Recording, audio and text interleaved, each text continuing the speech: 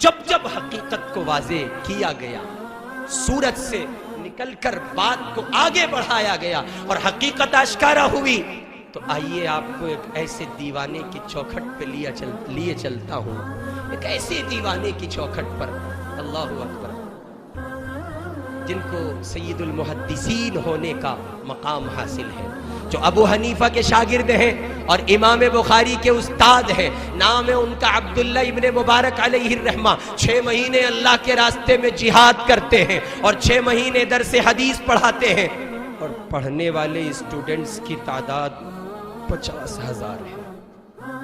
کتنے ہزار ہیں؟ 50,000 افراد پڑھتے ہیں۔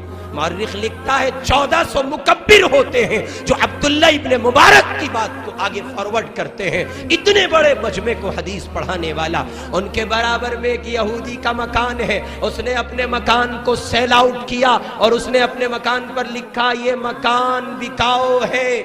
راہگیر مسافر گزرا، اس نے اس عبارت کو پڑھا، اس ہیڈ لائن کو پڑھا، دروازے پہ دستک دی، یہودی نکل کے آیا اور اس نے کہا آپ کا مکان بک رہا ہے؟ جی ہاں بک رہا ہے۔ آپ نے اس کو سیل آؤٹ کیا ہے؟ جی ہاں میں نے سیل آؤٹ کیا ہے۔ کیا مانگ رہے ہیں؟ 1 لاکھ درہم مانگ رہا ہوں۔ کتنے لاکھ؟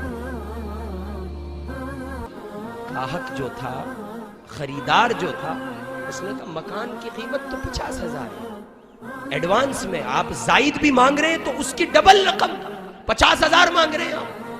اللہ کے بندو کچھ تو خیال کرو، شرم تو کرو، ڈر نہیں لگتا خدا سے؟ اس نے کہا ناجائز نہیں مانگ رہا ہوں، وجہ سامنے آئے گی تو آپ بھی دینے پہ مجبور ہو جائیں گے۔ اس نے پوچھا کیوں؟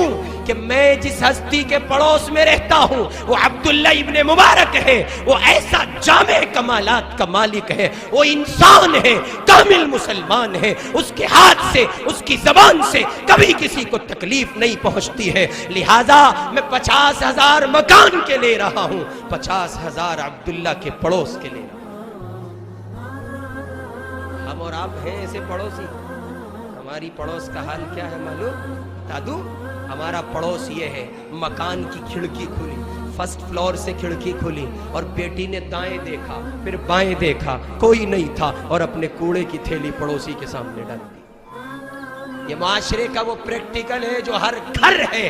20,000 کا موبائل لگتے ہیں، 25,000 کا موبائل لگتے ہیں، 200 روپے کا ڈسٹ بین نہیں لا سکتے، کوڑے دان نہیں لا سکتے۔ آپ کی گلیاں، آپ کے محلے بوچڑ خانوں سے زیادہ برباد اور خراب بنے ہوئے ہیں، گندی نالیاں اور بکھرتی کہیے کہ بیکار سڑکیں۔ اللہ کا کوئی غیر مسلم بندہ آپ کے علاقے میں آنے کے لیے تیار نہیں۔ کیوں؟